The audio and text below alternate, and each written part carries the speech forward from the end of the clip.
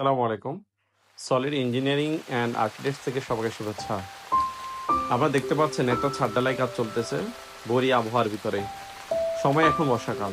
বর্ষার সময় যেকোনো সময় বৃষ্টি আসতে পারে।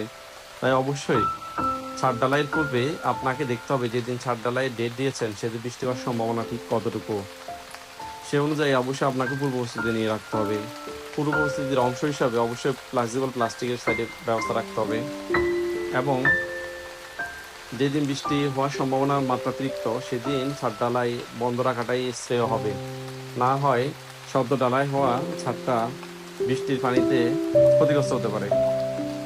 তাই অবশ্যই যারা ভবনের মালিক আছেন এই বিষয়গুলো খেয়াল করলে আপনার বর্ষার সময়ে সম্ভাব্য ক্ষতি থেকে আমার ছাদটাকে রক্ষা করতে পারবেন।